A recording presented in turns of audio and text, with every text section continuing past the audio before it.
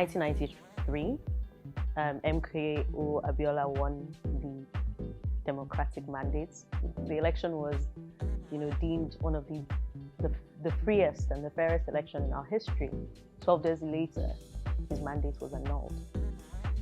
And a young senator at the time led and raised what has become one of the most significant court cases in Nigerian history. That young senator was Bola Ahmed Tinubu. Asiwaju is a former governor of Lagos, known for his efforts to transform lives. He has influenced lives across the globe. His legacy, policies, ideals, leadership, economic brilliance, talent spotting, and love for people are evident. Asiwaju's main priority was to increase the revenue of Lagos and invest in infrastructure to improve the lives of Lagosians. He introduced brilliant policies and got the right people to execute them. During my meeting with His Excellency, he had said that he does need more revenue, and he knows that Lagos State has the potential to generate more revenue than is presently being generated. And so he said he did not want any bureaucracy to hinder his plans for revenue for Lagos State. And at that point, he also said that his dream for Lagos is to change the face of Lagos. And of course, in doing that, you need to improve your infrastructure. You need to provide social services and other amenities. And for all of that, you need money. We had the Enron project, which was supposed to give electricity to the citizens of Lagos State. And the federal government said, no, this is on the exclusive list. There is no way you can generate light by yourself. But we had liabilities to Enron, and the liabilities still had to be paid. We were paying Enron, and then all of a sudden, our local government allocation got stopped because of the creation of local governments. So it was double jeopardy. But Asiwaju will tell you, my priority is to pay salaries and pay pensions. Never you fail on pension and salaries. They were not getting in as much revenue, and the federal government, for certain reasons, did not release all the funds due to Lagos State. And during my meeting with His Excellency, he had said that he does need more revenue, and he knows that Lagos State has the potential to generate more revenue than is presently being generated. Bola Ahmed Tinubu's administration increased Lagos State's IGR from 600 million naira per month to 8 billion naira, contributing 30% to Nigeria's GDP, 65% of industrial investment, 80% of international trade, and 60% of value-added tax. Asiwaju Bola Ahmed Tinubu's administration inherited Lagos State facing unprecedented challenges, including resource inadequacy, poverty and socio-economic problems, infrastructural gap, high crime rate, high unemployment rate, inadequate institutional capabilities, and a growing population. He saw the pension bill and he said, wow, why are you people paying so much pension every month? Don't you do contributory pension? I said, no, sir. He said, you will be paying this much pension monthly? I said, that's what it is, sir. Right from the beginning of his tenure, he had mentioned about contributory pension. And he kept hammering on it. You cannot be paying pension like this. It is not sustainable. And that was why a lot of states were owing pension. So he kept on talking about contributory pension, until I think 2004, when the federal government now embraced it. When we're talking about taxation or revenue generation, you have to have the political will. Asiwaju showed that he had the political will. Not on any occasion did they ever call me and say, this company, try and assist them. Maybe don't charge them what should be charged or forgive them their interest and penalty. I know one or two occasions where people thought they were close to him They actually told me this himself. They called the governor, and the governor said, the board is autonomous. You have to go and deal with the chairman. So basically, he was fair to everybody. He made sure that everybody paid their taxes. The way the political systems in Lagos are structured, where you do not have an emperor as a governor, is something he built. Because when you have an emperor, you can go wrong. But there are many things that can pull you back to order, irrespective of who you are. There were a few things that people had taken to him and he had given approvals, but which I felt going by the approval lines that he himself had approved, those things required, full council approval. And I put them together, and some of the folks who worked with me thought this was suicidal. I mean, how are you questioning the authority of the governor? The governor has approved these things. I said, well, by the rules that he himself signed on to, these things required, council approval, and people who took it for his approval in the first place, should have realized that. So I compiled them, put them in the memo, and took to him. And you've signed off on these things, but by the rules that he yourself signed on to, these things require full council approval. And to the shock of the fellows, he said, "Thank you. Bring the memo to council." When I talk with some of my colleagues outside the state, they think, oh, Asiwaju must call you regularly to tell you what to put in the budget or what to do or give instructions. I'm not sure, really, if he sees me on the street, whether he really knows me, because I've really never met him close. I've never received a phone call from him. I've never received an instruction from a third party to me to say this is what he has said I should do. And that is strength in character. One who believes that the system that he has built over time and the sons that he has delivered to the state will do the right thing. The security situation in Lagos at the time was dire, with criminals like Shino Rambo on the loose and armed robbery and murder commonplace. Security agencies were ill-prepared to deal with the challenges, and something had to be done. The security situation in Lagos was so bad that armed robbers even write letters to streets to tell them, we are coming to your place next week, and they will actually come and get away. It was so bad, so Asiwaju requested for the military assistance from Abuja, which was granted. He told me the problem in Lagos was enormous, and having known me, he said he knew I was going to help him solve the problem in Lagos. We established the RRS, Rapid Response Squad, which now see many states have copied us from that time. And he bought vehicles for the police. He opened a fuel dump in Alausa. Every day, all police vehicles will go to Alausa and take 40 liters. I remember vividly the Ajegunle riot, where individuals were writing names at their doorstep. This house belongs to Igbo. See, this house belongs to Shekiri. This house belongs to whatever tribe.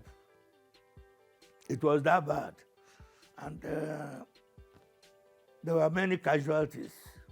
There was a problem of how to bury the victims, because the rep of the northern governors asked that trailers should carry their own dead body back to the citizen.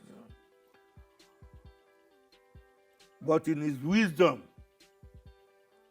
Asiwaju decided that they will all be buried together. Arrangement had been concluded because the decomposing nature of some of the distance. So instead of each state or region carrying their own dead bodies. Then I respected that opinion, and that was what averted a national crisis.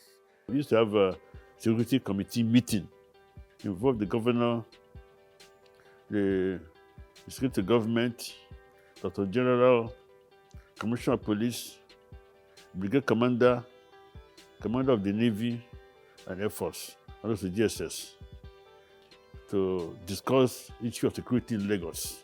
As at that time, the state was the only one spending its security vote on security.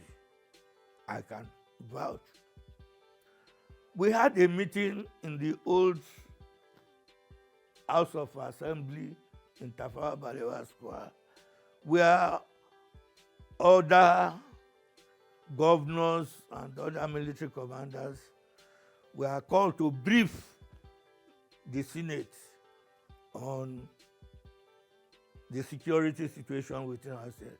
I found out that Lagos State was the only one with such an outfit as at that time. Even the closest state, Ogun State, my colleague there was saying, it sounds bleak that there's anything like a security meeting. On the 27th of February 2002, there was a national disaster, and I'm referring to the bomb explosion in Ikeja military cantonment.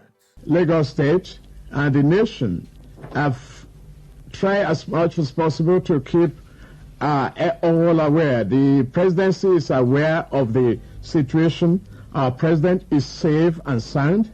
All democratically elected government is in place.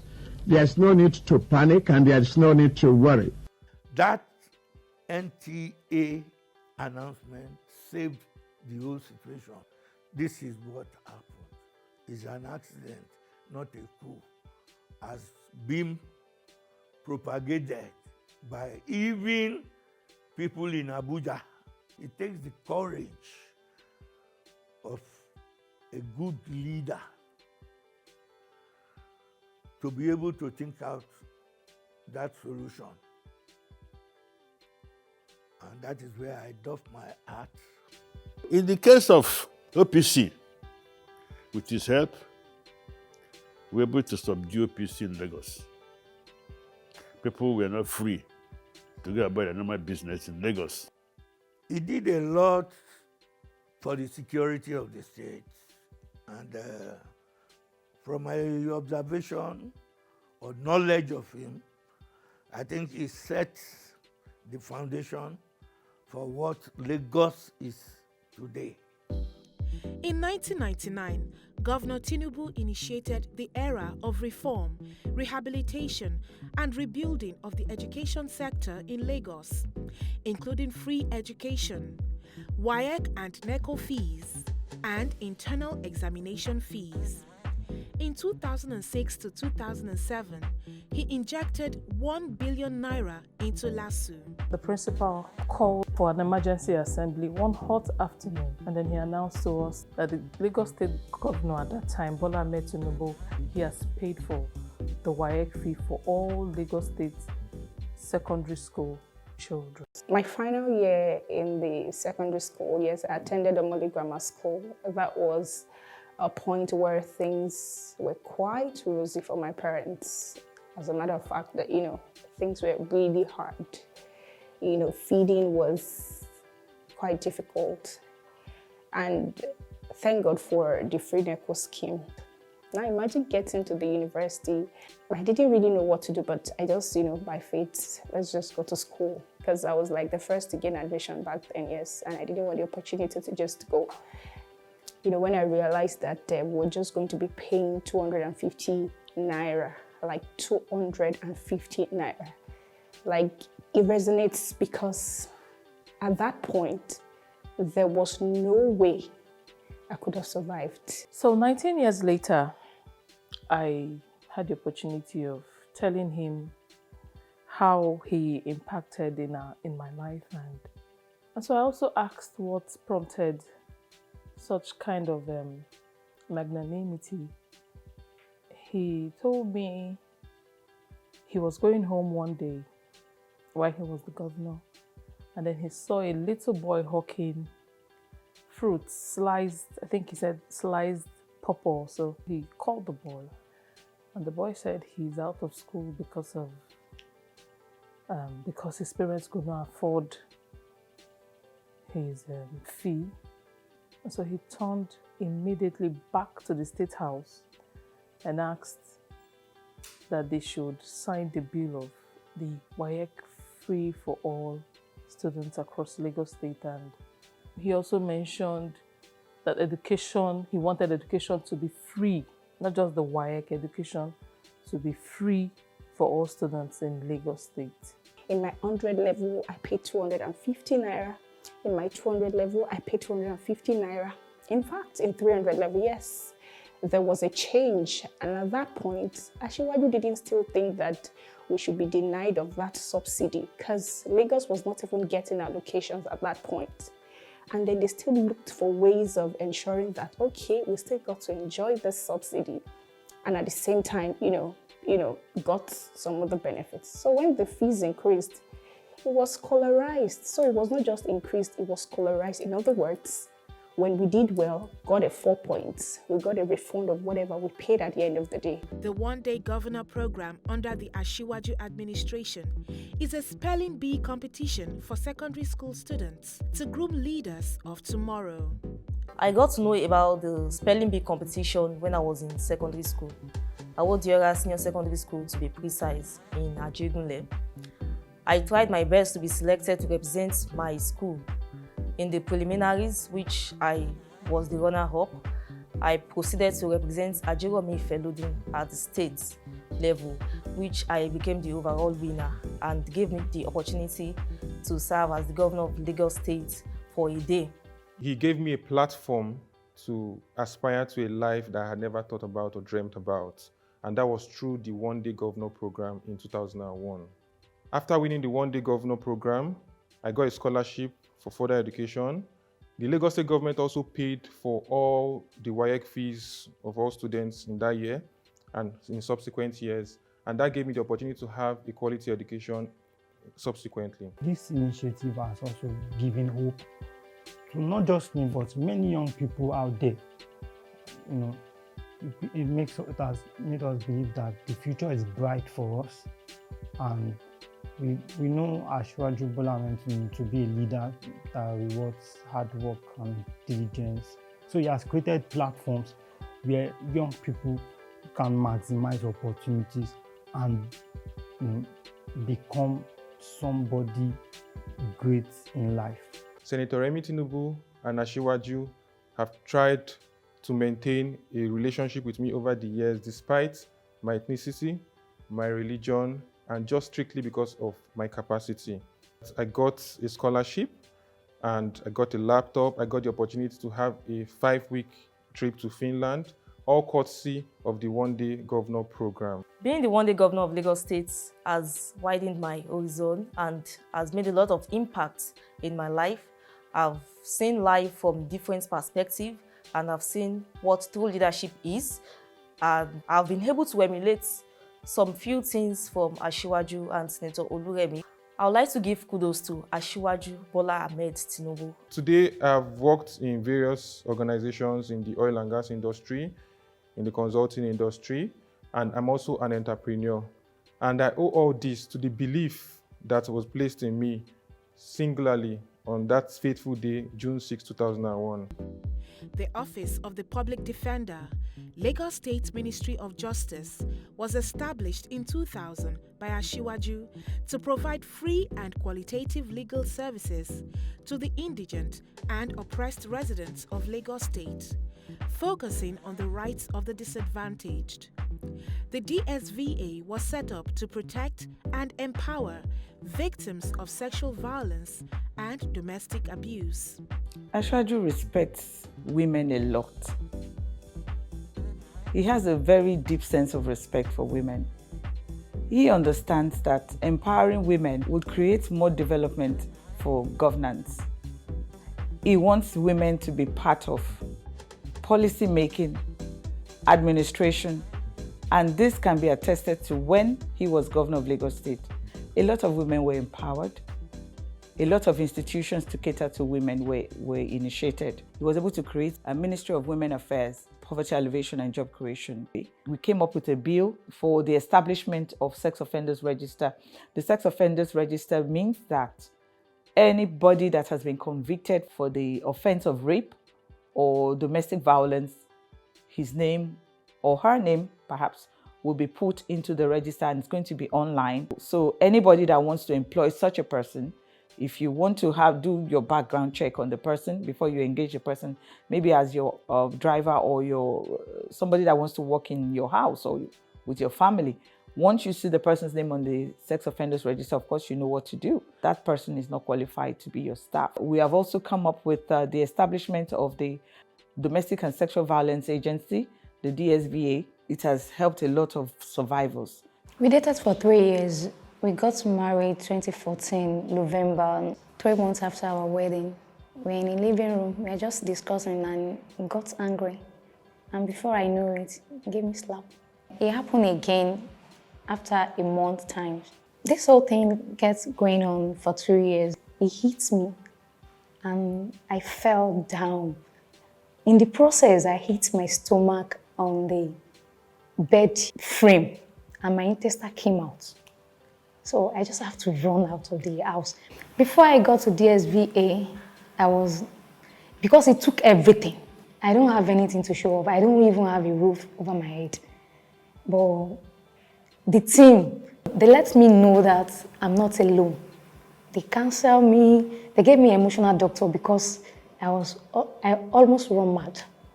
So with the therapies and the advice, counseling, everything, so I got back to my feet.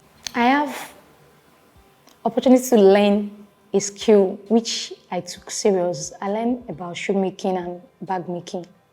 And that's what I'm doing now. And I'm doing very, very well. A lot of girls who have been raped or abused now get attention, medical attention. They've been given shelter, protection, and then they have been empowered, given some sort of skills, and then they have been put in a better position with their lives. They've been given psychological and mental attention so that they can also have that confidence in themselves so that they are not affected by the stigma that comes after, being raped. So all thanks to the Office of Public Defender, which was actually established by Asiwaju Bola Ahmed Tinubu. Asiwaju Bola Tinubu's passion for health and well-being led him to create innovative solutions to improve state government health services. It was during his tenure that Lagos State became #1 in health in this country. He addressed virtually every function of the health sector that is documented in the books. So we ran the system for a couple of years. We still felt that, look, we needed to change. We cannot continue to do the same way we were doing that. Now produce regulations. You cannot have a system that is not regulated. And look at the health sector as a total system. It doesn't necessarily have to be doctors alone.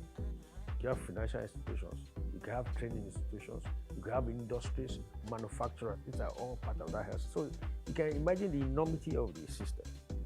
So you have to regulate the activities of this system. That's the only way you can bring order.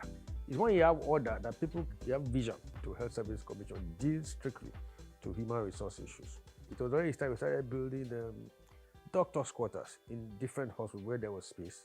More importantly, again, we introduced what we call exchange programs.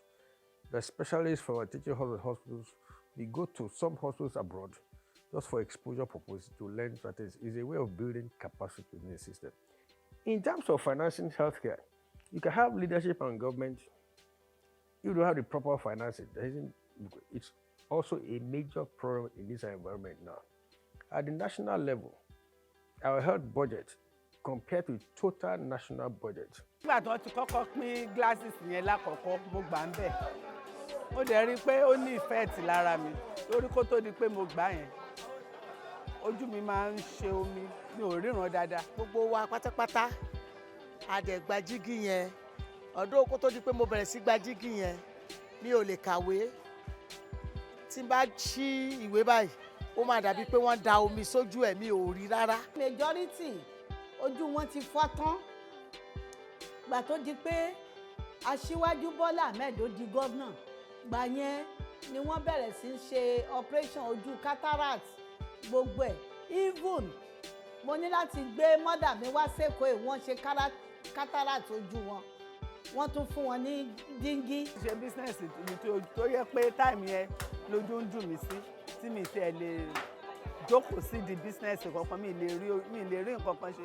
Tó tí ò bá sí ojú kò sí nǹkan téèyàn fẹ́ ṣe, ojú lọ bá ara.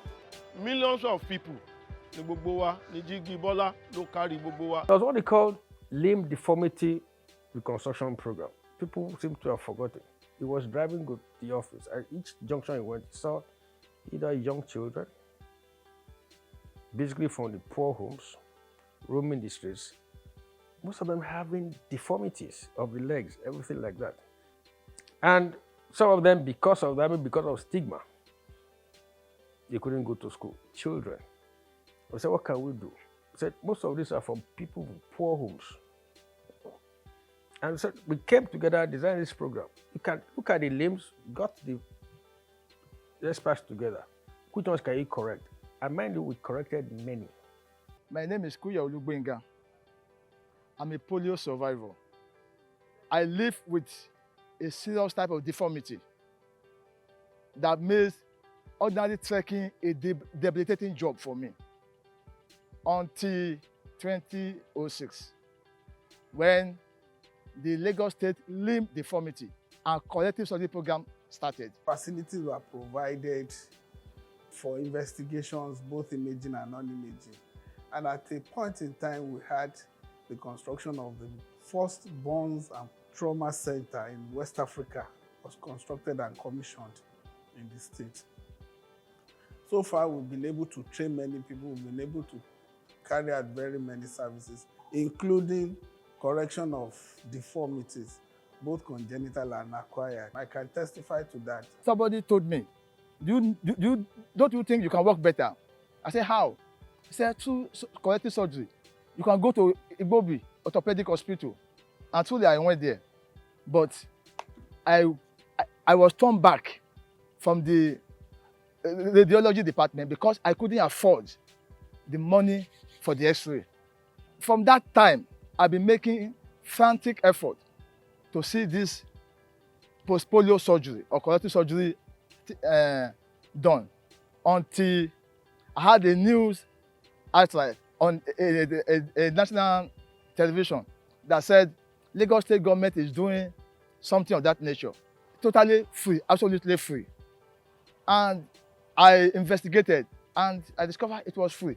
From the very day one, from the screening, all the tests that were conducted, everything was free. The cost that was given to me at Igbobi Orthopedic Hospital was close to 200,000. I mean, the cost of the surgery alone, no consumable, no drugs, nothing. No walking aids like the caliper, the sutures, and the walking stick, and all this were not part of the cost of the surgery. Each family that benefited from this program was grateful to God. Some of those children that benefited before then, they couldn't go to school. Many of them couldn't go to school because going to school was a difficult thing. Many of them, their parents had to carry them to school because of the kind of deformity they had. But after the surgery, many of them could walk freely to their various schools. So many of them were rejected. But after the surgery, they all began to live their normal lives, just like myself.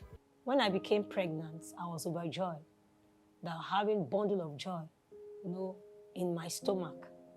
But something happened that changed the whole story. So I did all the necessary scans that I could do, that the pregnant women used to do. And there was no abnormalities that was detected during the scan. We just said they are twins. The children were born on July 16, 2003 in Island Maternity Hospital, Lagos, and to everyone's surprise, they were joined at the abdomen and sternum, and their livers had been fused. I began to cry, and I wonder how they are going to live their normal life. They couldn't stop crying because of their position. Feeding them was very, very difficult. And at times, one would want to sleep and the other one want to be awake. So for them, it was a kind of inconvenience. We are also concerned about their health and a lot of societal issues concerning the Siamese twins. And we know definitely that we need surgery for them to live their separate life. As a family, we don't have the strength, but we needed support. Dr. Lekpekbeton informed me that Asiwaju Bola Ahmed Tinubu have a key interest concerning the twins and is ready to assist us. I was surprised when my husband told me that Asiwaju knew about it. We don't know him from anywhere. And after a few days, his wife also came to visit us, Senator Oluremi Tinubu, at the island, and they are assuring us that all is going to be well. Senator Oluremi Tinubu asked us whether we have passport for the trip, and we told her we don't have.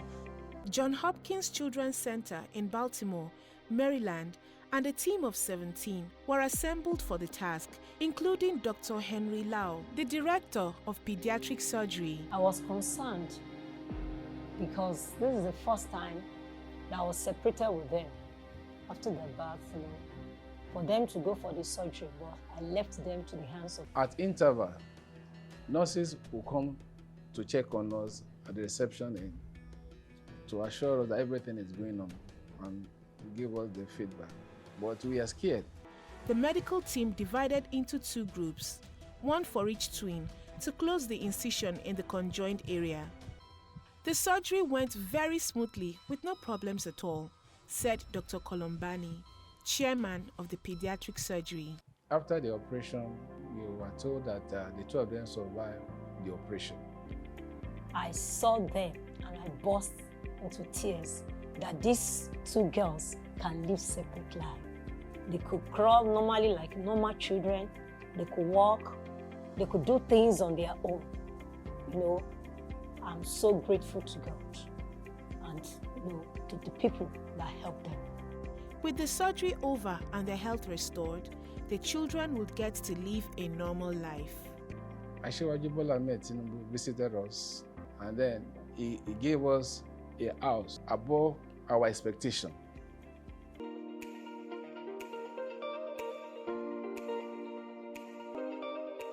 Hi, I'm Favor. Hi, I'm Faithful, and we were born conjoined. Honestly, I don't remember us being conjoined because we were still very little then and we probably didn't know anything. But according to what my mom told me, I know it must have been a very, very difficult situation. I'm very, very glad that we were given the opportunity to be able to live our separate lives, all thanks to God in the life of Asiwaju Bola Ahmed Tinubu. Our story inspired me to pursue a course in medicine, which is physiotherapy, that I'm currently studying at the University of Lagos. We also have this desire of also studying medicine in the university that we're separated, which is John Hopkins University. I desire to study medicine, and she desires to study nursing. We want to do this in order to give back to the society and also to Asiwaju for the act of kindness that he showed towards me and my sister. Ní 2004, wọ́n fẹ́ fún Asiwaju ní oyè ní Anambra àwọn ìlú.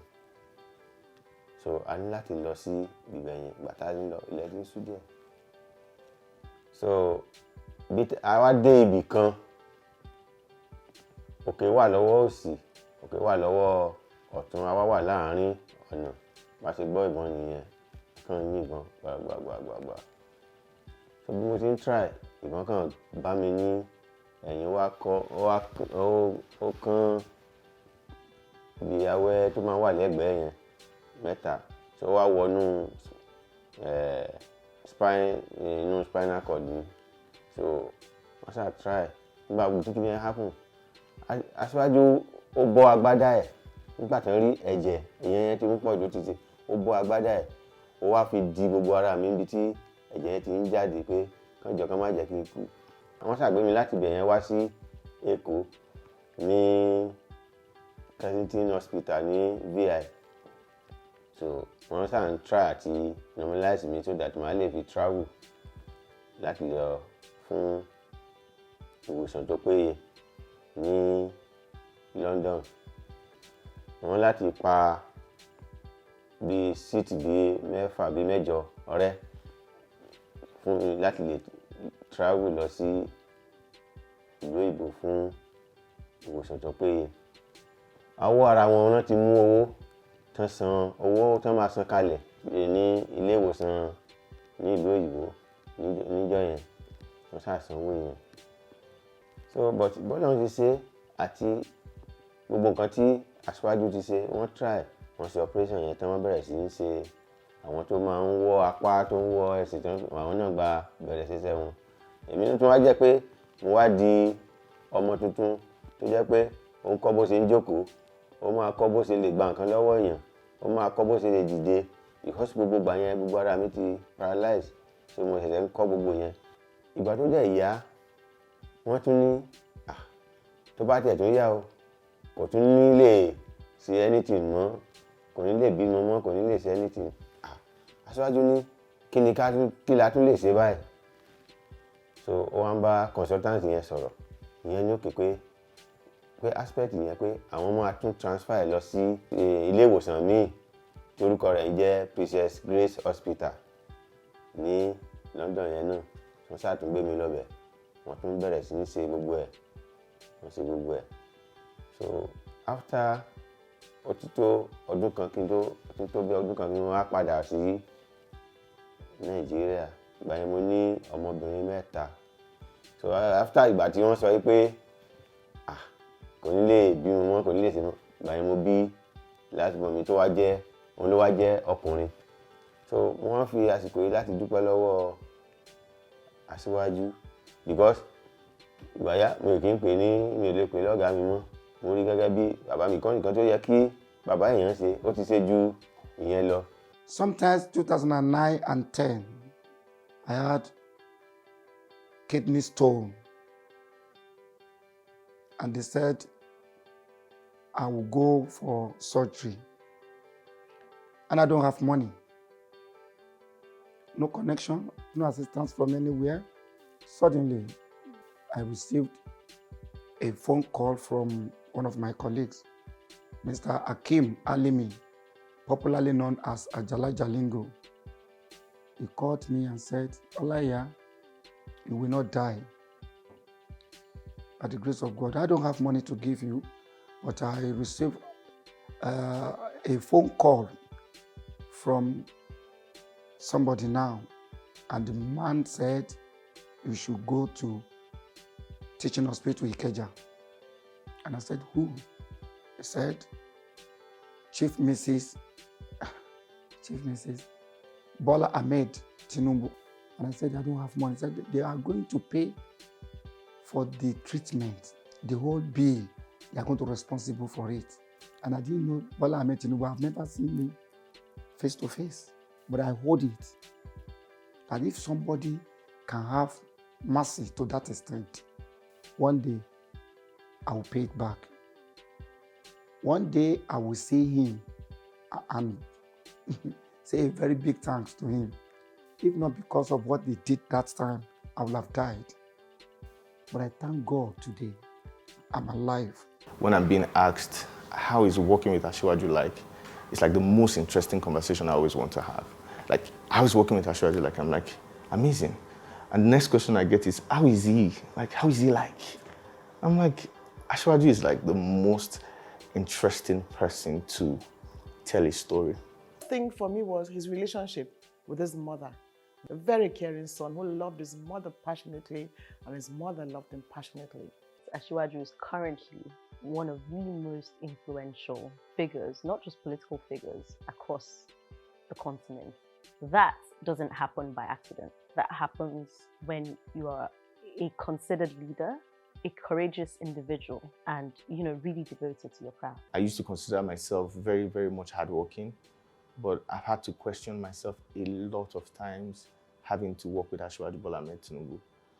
Yes, somebody that you would go to bed and he's done talking to people late at night at 3 a.m., 4 a.m. And then I'm getting to my apartment, picking up my phone to just see what is going on.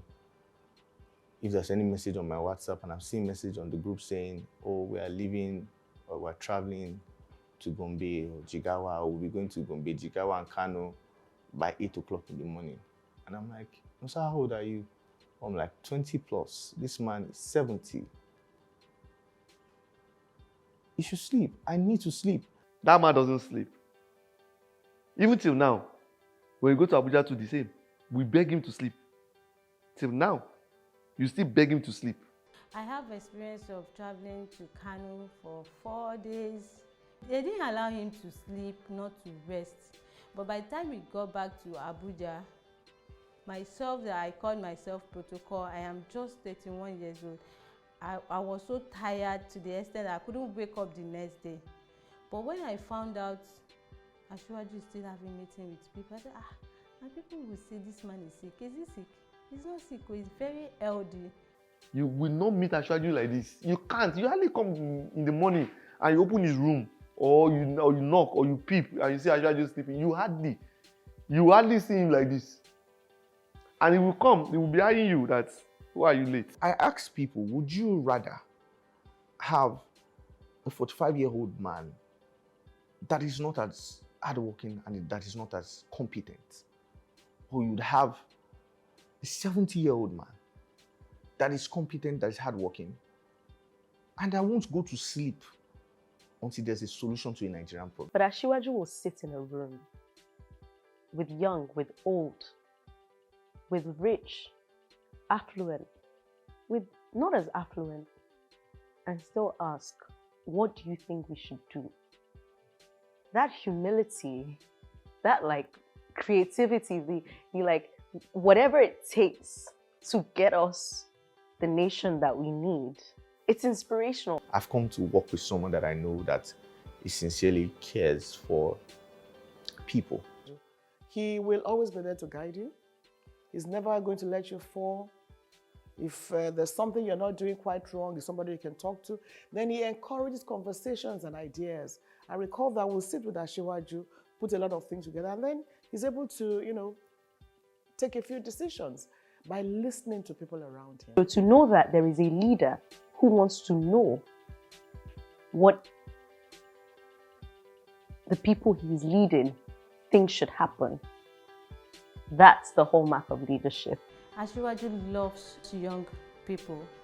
In fact, I can tell you 90% of his staff, we are still 30, late 30, early 30, and early 40s. When I got the job at the time, I was expecting that I would just get there and I'll discover that I was the youngest person in that camp. So, I was just going to, be using SAP for everybody. I was going to be like the baby of the house. Everybody's saying that this is the youngest person working with Asiwaju. That was what I felt at the time. So, but to my surprise, I got there and it wasn't quite so, and I'm like, I can literally say that, the young people there that are a bit older than me, but I can say that the people that do some of the most important work for Asiwaju are young people. Those are leadership traits that Asiwaju has, and not just to me, but to many people who have been privileged to get to know him. Asiwaju is a man who is passionate about people, willing to go to any length to make life better for Nigerians, and has the intelligence and brilliance to navigate difficult situations. His story is one of perseverance, unity, and love. And that's our Asiwaju story.